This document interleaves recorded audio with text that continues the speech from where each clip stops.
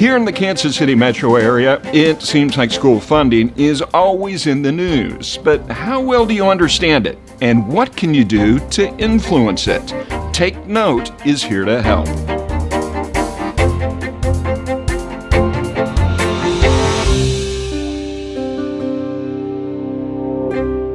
You've probably heard it said, the devil is in the details. Well, that's literally the case here. In the 1600s, in the Massachusetts Bay Colony, they enacted what they called the Old Deluder Satan Law. It essentially said literacy was vital.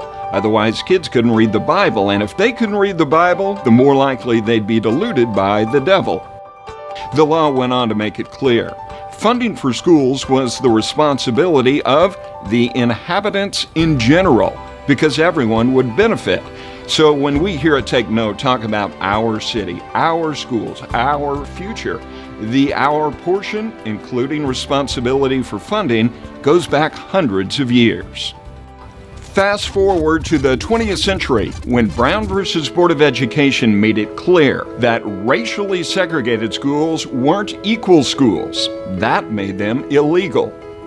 But Brown versus Board of Education did not equalize public schools in terms of funding.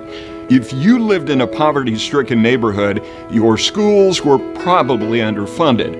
Now, if you lived in a rich neighborhood, your education was likely of a higher quality because much of the money was coming from property taxes. But in 1973, San Antonio Independent School District versus Rodriguez, the U.S. Supreme Court ruled 5-4. There was no right to equal funding in the U.S. Constitution. Now, state constitutions, that was another matter. Which is why virtually every state Supreme Courts, including Kansas and Missouri, have handled or continue to handle lawsuits regarding equal and/or adequate school funding. So what percentage of monies come from federal, state, and local governments? Generally, we're talking about a 10-45-45 split. I say generally because Missouri, for example, is a 10-31-59 split.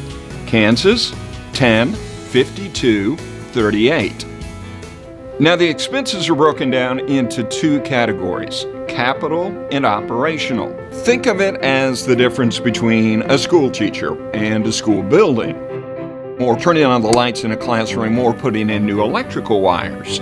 Likewise, at the ballot box, when you vote on increased levies, you're voting on operational monies that, say, could be used to increase teachers' salaries or hire more teachers.